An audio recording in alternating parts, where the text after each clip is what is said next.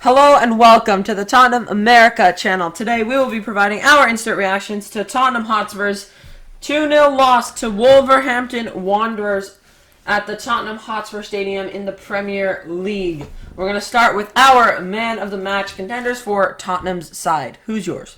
For me, there weren't that many contenders, I have to say. Bentancur was up there, Kuti is up there, and I have to say Kulusevski.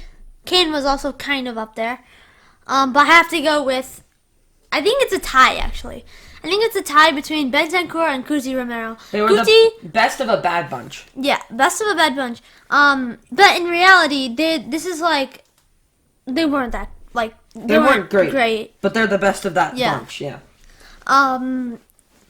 But Kuti was the only good player in defense. He was the only one that looked like no one else was, like Davies, Sanchez, especially Davies and Sanchez, they were just letting their men by. They weren't marking tight enough. They weren't putting on the pressure. Kuti was the only one making those tackles and winning the ball back. Yeah. In the defense. My contender for man of the match is the exact same. I think Bentancur just edges it for me though. He actually tried to make things happen in midfield. He had some great passes. Yeah, I agree. That he pulled off, but playing next to Harry Winks is not a very easy task. I think it should have been Bentancur and Pierre. Yeah. And then I feel like Reguilon should have started ahead of Cess. On a good note, Spurs women got all 3 points against, I believe it was Birmingham City. They got all 3 points and they won 2-0, so that's good. Let's go! Yay! The good side of the club. So things started off pretty quickly in the match. Just 6 minutes in, you could have seen the biggest comedical defensive blunder you've ever seen. Neves takes a shot from outside the box. Lloris saves. Should he have caught that one? Hard to tell. It was a tough one. That one maybe he shouldn't have caught. Okay. And then Den Donker fires another shot at Lloris, and Lloris is forced to punch it away. That punch wasn't great though.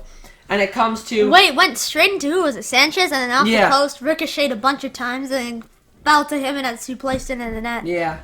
But the funniest part is, our defenders did about 0 things there. No closing down of Jimenez. Sanchez was just watching. Same thing with Doc. Sanchez, Doc, and Davies were all watching. Yeah. I don't know where Guti was. I think he was marking someone else. Oh no, he was on the edge of the box, covering Neves, I believe. Yeah, and Bentancur couldn't do anything. He was on the floor. Yeah. So that. But one thing that we did that was faulty for that goal is we all went in after Lloris made that bad punch.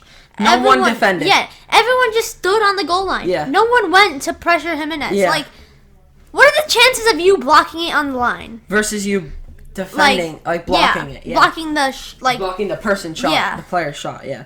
And then just a tame 12 minutes later, Leander Den Donker made it 2 for Wolves. It's a terrible pass out from the back from Lloris. Davies just about gets to it, and instead of just clearing it, tries to pick out a pass over the top of the field, intercepted by Podence, and he drives a shot at Lloris. It's a great save, but the ball deflects off of Sanchez, and then Bentancur onto the post, and then Den Donker is able to put it into the back of the net, and it's another defensive nightmare for Tottenham. And from then on, it was really nothing else in the game. Tottenham continued to just keep pushing at the goal, but then Wolves would push back again, and Lloris would...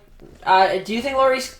I don't think he completely redeemed himself. Not but it could have been 5-0 if we didn't have Lloris. He made some great saves towards the end, middle and end of the game. And then we just kept going at Wolves, but we just could not break them. They were incredible today, defensively. So this puts us at 8th place in the Premier League. And it is we really should have done better, shouldn't we? Really should have won. These 2 games, we really should have won. And who do we have next? Man City. Yep. Man City, and then I believe it's followed by Leeds and Burnley, or Burnley and Leeds. in some order. Those 2 games after Man City, even Man City, we have they're must win. Yeah, we have to win Man City. Otherwise, we're basically out of the race for top 4 because all the other teams are taking advantage. And our chances of pulling... We've got 3 wins, 3 losses on the bounce in the Premier League. 3 L's, which is absolutely terrible. Considering that we were an unbeaten before when Conte came in. Still sitting at 11 wins. Still sitting at 11 wins, 8 losses. That is not good. So many losses. 11 wins, -1 goal differential, and we're on 36 points. If we had won today, we could have gone to... we actually would have just stayed in 7th, but we would have been level on points with Arsenal with the same amount of games played. Not a good game. Players or Conte? Players. I think players for the most part. Yeah, probably players. Because our defense, Sanchez and Davies are completely I down. don't think Conte is gonna get sacked for this. I think you might just leave in the summer if things keep drawing down. But we need Dyer back. We know that. We need Skip crucially. back. Skip Bentancur midfield would be incredible. And some of our players are just not good enough to start for us. If we want to be we top don't have like a good, consistent right back. And now it's becoming evident that we don't have a good center back. Without Dyer. Without Dyer and Romero, who's going to fill that 3rd spot? Sanchez has shown his inconsistency. Davies has shown his inconsistency. I have no idea what Rodin's doing. I don't want to put Tanganga back there because he shipped 3 goals to Chelsea in the space of 2 games, single-handedly. It'll be an interesting ride from here on out. But as I said before, our next 3 fixtures are Man City, then Burnley and Leeds, all 3 away. Then we visit Middlesbrough in the FA Cup, and then it's Everton and Man United as we go into March. But that's it for our instant reactions. If you enjoyed, make sure you smash the subscribe button, hit the like button if you enjoy our content, comment down below who your man of the match is, and until next time, Come on, you Spurs!